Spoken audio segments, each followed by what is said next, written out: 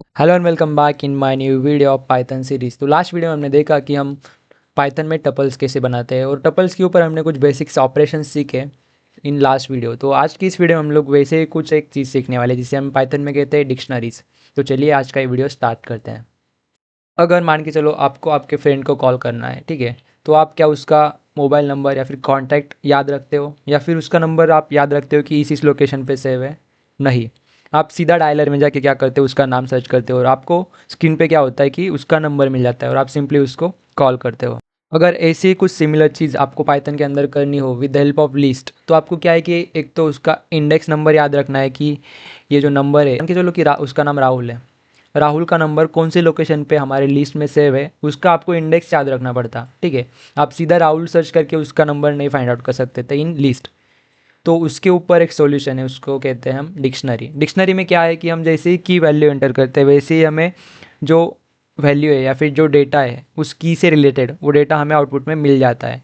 तो यही फ़ायदा होता है डिक्शनरी यूज़ करने का कि हमें जैसे हम की वैल्यू प्रिंट करते हैं हमें सीधा आउटपुट में डेटा मिल जाता है। तो इसमें एक फ़ायदा ये है कि हमें इंडेक्स याद नहीं रखना है, हमें सिर्फ जो इन्फॉर्मेशन चाहिए या फिर जिस की का हमें लॉक चाहिए, ठीक है, जिस की का हमें पासवर्ड चाहिए या फिर जिस की का हमें डेटा चाहिए, उस की का सिर्फ हमें नाम याद रखना है और हमें आउटपुट में सीधा डेटा मिल जाएगा। पाइथन में डिक्शनरीज क्रिएट करना बहुत सिंपल है। जैसे कि हम पाइथन में लिस्ट अगर बनाना है तो हम लिस्ट को बनाने के लिए हम स्क्वायर ब्रैकेट्स यूज़ करते हैं और उसको कॉमा सेपरेटेड बनाते हैं, ठीक है। तो यहाँ पर मैं आपको एक लिस्ट बनाकर दिखाता हूँ। ये हो गए हमारे पाइथन के अंदर लिस्ट। मान के चलो आपको क्या करना है कि पाइथन के अंदर आपको क्या करना है, अभी एक डिक्शनरी क्रिएट करनी है, ठीक है। तो उसके लिए सिंपली हमें क्या यूज़ करना है, हम यूज़ करते हैं कर्ली ब्रेसेस का, ठीक है। तो जैसे कि हम लिस्ट में जो भी डेटा है या फिर जो भी एलिमेंट्स हैं उनको सेपरेट करने के लिए कॉमाज यूज़ करते थे, ठीक है।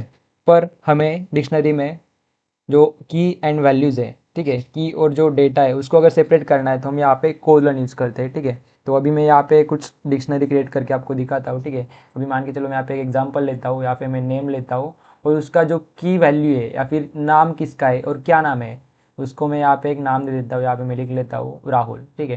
तो ये क्या हुआ कि जो ये है हमारा, यहाँ पे आप देख सकते हो जो फर्स्ट रहेगा कोलन के पहले वो रहेगा हमारा की एंड इसका कोलन के बाद वाला जो भी वैल्यू रहेगा उसका रहेगा डेटा या फिर वैल्यू ऑफ दैट की, ठीक है। तो अभी ये नेम का जो भी वैल्यू है, ठीक है, वो नेम का वैल्यू हमारे कोलन के बाद जो भी डेटा रहेगा वो वैल्यू एज ए उसका की का वैल्यू रहेगा या फिर की का डेटा हमारा यहाँ पे राहुल है, ठीक है।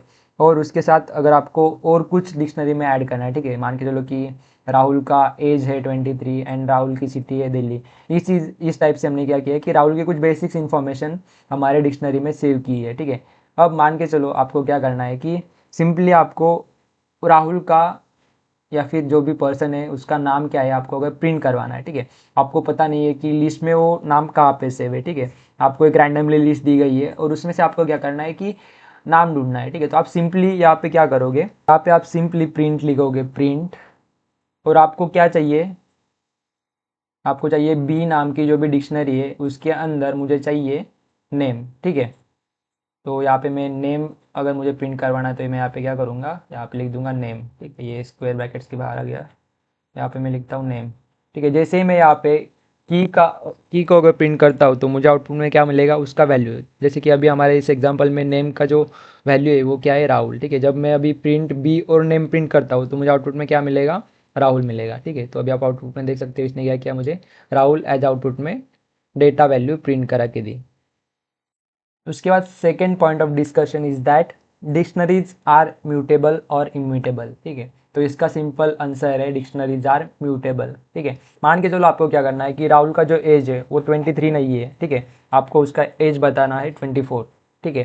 तो आपको सिंपली यहाँ पे चेंजेस क्या करना है, आपको एज नाम से जो की है उसका वैल्यू आपको चेंज करना है, ठीक है। तो यहाँ पे आप सिंपली लिखोगे जो हमारा बी नाम से डिक्शनरी है, ठीक है, उसके अंदर मुझे क्या चाहिए, जो की है एज, ठीक है, उस एज का मुझे वैल्यू चेंज करना है या फिर उस एज को मुझे कुछ और डेटा देना है, ठीक है।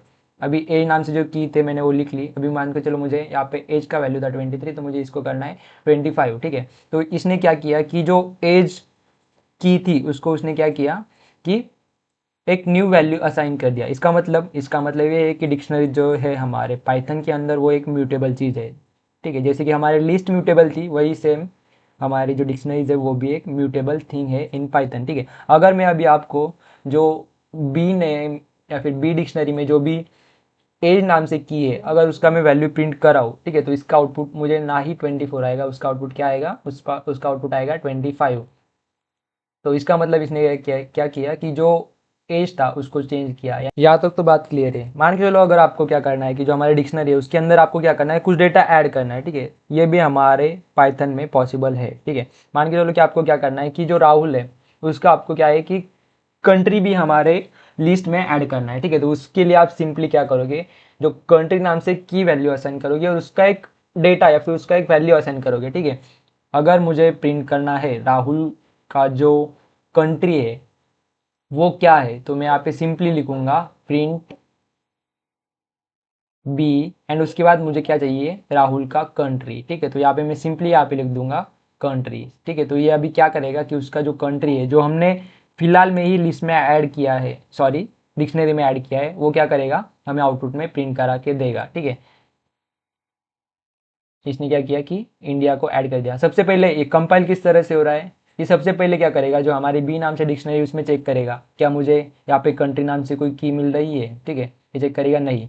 उसके बाद ये क्या करेगा कि हाँ नीचे कोड में तो हमारे प्रोग्रामर साहब ने उसकी कंट्री भी ऐड की है, तो ये क्या करेगा, इस कंट्री को या फिर ये जो की एंड वैल्यू है उसको क्या करेगा, उसके डिक्शनरी में ऐड करेगा और बोलेगा कि हाँ हमारे डिक्शनरी में कंट्री नाम से की एग्जिस्ट करती है, और उसको क्या करेगा, प्रिंट करा के देगा।